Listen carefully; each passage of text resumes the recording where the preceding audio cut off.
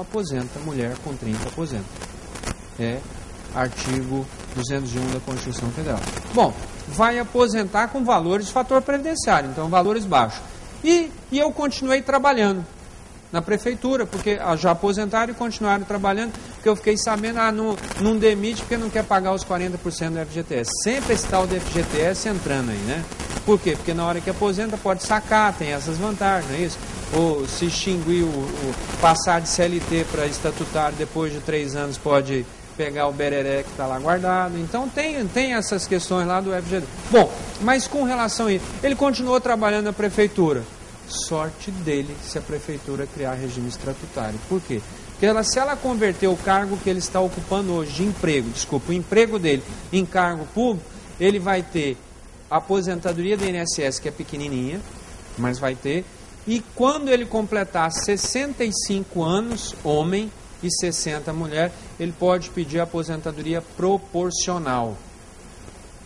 Bom, mas ele quer ganhar mais um pouquinho, ele pode ficar até os 70. Depois de 70 existe a expulsória, e não pode mais trabalhar como estatutário, tá? Ok? Mas eu quero acreditar que não deve ter muita gente aqui no município acima de 70 anos querendo trabalhar. Eu acho que não é comum, mas se tiver, esse seria uma desvantagem. Então, aos 70 anos, ele teria o quê? Acreditem se quiser. Quem já se aposentou pelo INSS, criar regime estatutário é a melhor coisa do mundo, porque ele ainda pode ter outra aposentadoria. Porque ele vai ter um outro regime, e o outro regime ele pode requerer depois aos 65 anos, homem, 60 mulher, ou 70 compulsória, tanto para homem como para mulher. Tá? Isso é importante. Bom, e quem está no meio do caminho? Quem está no meio do caminho e não tem direito a se aposentar ainda. Todos os recursos que foram repassados, deixa eu ver se eu coloquei esse slide que eu acho importante. Coloquei sim, aqui ó, esse exemplo, que aí depois nós voltamos.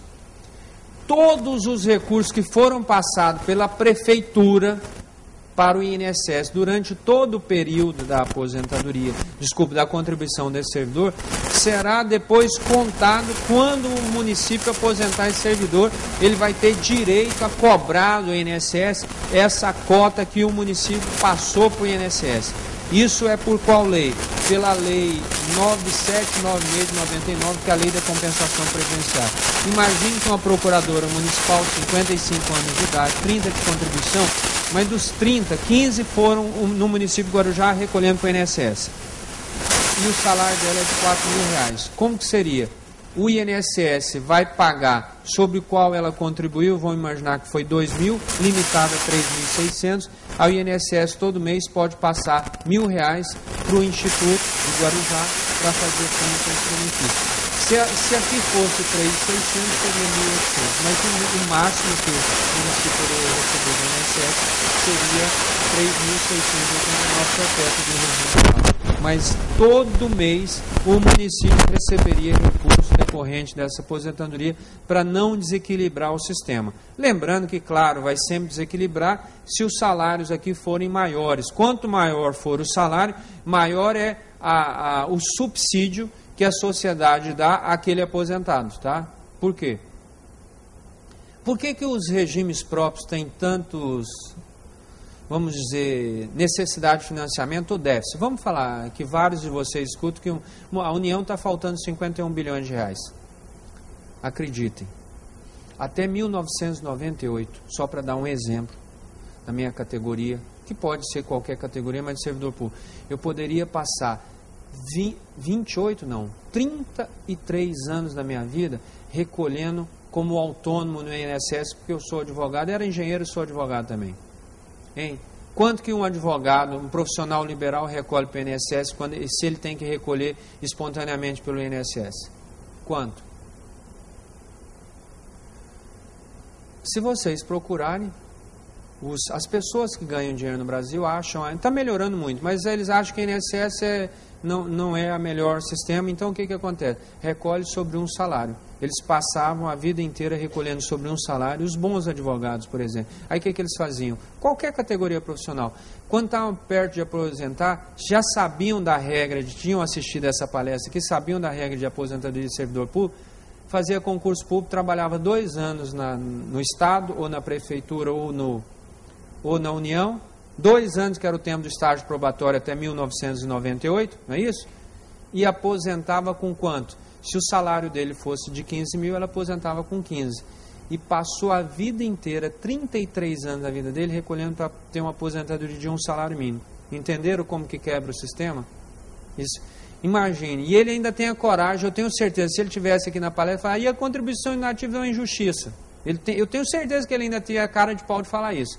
Ele foi subsidiado pela sociedade em razão de regras de previdência do servidor público, ele nunca pagou para a sua aposentadoria, mas as regras garantiam a aposentadoria integral. Era isso. Isso mudou, isso não é mais dessa maneira. Por quê? Porque a regra do INSS, quero insistir, a regra do INSS também, do regime próprio, também agora é a média dos últimos salários desde julho de 94. Os últimos maiores salários desde julho de 94. A regra do regime próprio é igual à regra do regime geral. Qual é a diferença entre os dois?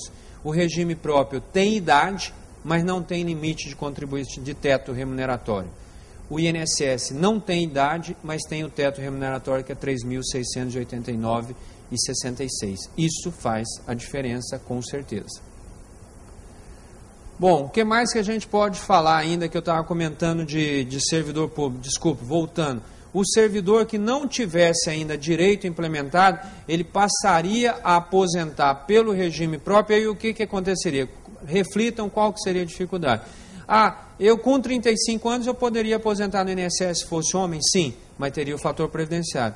Se eu for para o setor público, o regime próprio, aí a idade será 60 para o homem, 55 para a mulher. Se for professor, 55 para o homem, 50 para a mulher. É isso que vai fazer a diferença. Ou seja, terá que trabalhar alguns anos mais, mas a aposentadoria seria significativamente maior do que a que receberia pelo INSS. Bom, o que mais que a gente ainda pode comentar? Professora, assim, também voltando aqui a pensão por morte. Porque eu estou tentando dar... Eu sempre, quando vou comentar, e aqui eu acho, mais uma vez, quero parabenizar o material produzido pela Prefeitura de Guarujá. Tá?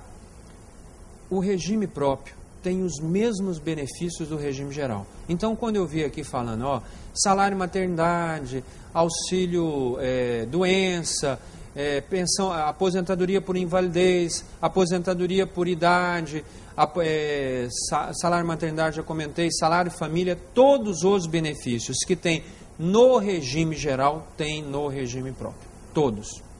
O que podem ter são regras diferenciadas. E aqui eu vou dar mais um exemplo. Quais são os 2 benefícios que interessam diretamente um trabalhador? Que são importantíssimos. Tem todos os outros, mas, por exemplo, eu tenho certeza que ninguém aqui quer ser aposentado por invalidez. Deus me livre. Por quê? Porque deveria partir da premissa que nós estamos inválidos. E ninguém aqui quer ficar inválido para receber aposentadoria por invalidez. Então, a aposentadoria que nós sonhamos, qual que é? A que a gente possa aposentar em pleno vigor de saúde, não é? Para que a gente possa curtir. Essa aposentadoria no regime geral é chamada de aposentadoria por tempo de contribuição, que só tem os 35 anos para o homem e 30 para a mulher, e no regime próprio é tempo de contribuição com idade, é 35 para o homem com 60 de idade, 30 para a mulher com 55 de idade. Mas e qual é o outro benefício? É o benefício que a gente estende para os nossos dependentes, e aí vem que é o pensão por morte. A pensão por morte é mais um exemplo engraçado da diferença entre o regime próprio e o regime geral. Se essa professora estiver recebendo R$ 2.500 e vier a falecer, aí eu faço até uma curiosidade. Vocês sabiam que até a Constituição de 88, marido para receber pensão de mulher só se fosse inválido? Por quê? Qual que era a premissa? Uma pessoa só recebe pensão por morte se ela for dependente econômico. E antes de 1988, falar que o homem era dependente da mulher só se ele fosse o quê? Inválido, ou aquele outro nome que eu não quero dar, né? Porque se ele não fosse inválido, era sem vergonha, né? Porque como não vai trabalhar, entendeu? Não, eu estou dizendo, gente, que a história, é a lógica da história, entendeu? Ninguém pode ser dependente do outro tendo plena capacidade laboral. Então a lógica era essa: homem só tinha direito se fosse inválido, até 88. A partir de 88, daquele tal do artigo 5º da Constituição Federal, que todos são iguais perante a lei, o que acontece? Os homens também têm direito à pensão por morte. Então, vamos imaginar que essa professora viesse a falecer. Procurem descobrir a causa, tá? Porque é raro, né? Mulher morrer e o homem está vivo. Então, não, aí eu vou fazer mais uma brincadeira aqui que eu acho triste de comentar, mas eu sempre tenho que comentar. O que é mais inacreditável do sexo qual representa o sexo masculino, quando a gente vê falecimento de mulher, geralmente está relacionado ao quê, gente? Ciúme, não aguentou a separação, é ridículo, né? Mas infelizmente... É ou não é? Vocês vão ter coragem mesmo. Quando você vê uma mulher falecendo, que foi? Ex-marido, ex-companheiro não aceitou a separação, foi lá e deu umas facadas. Não é verdade? É a coisa mais triste do mundo. Não é isso? É ridículo, mas infelizmente é a realidade. Entendeu? Então, mas vamos lá. Não, espero que não seja o caso aqui.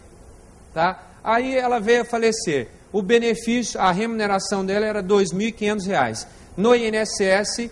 Se fosse no artigo, no artigo 40, parágrafo 7º, que é o regime próprio, o valor do benefício seria R$ 2.500. Por quê?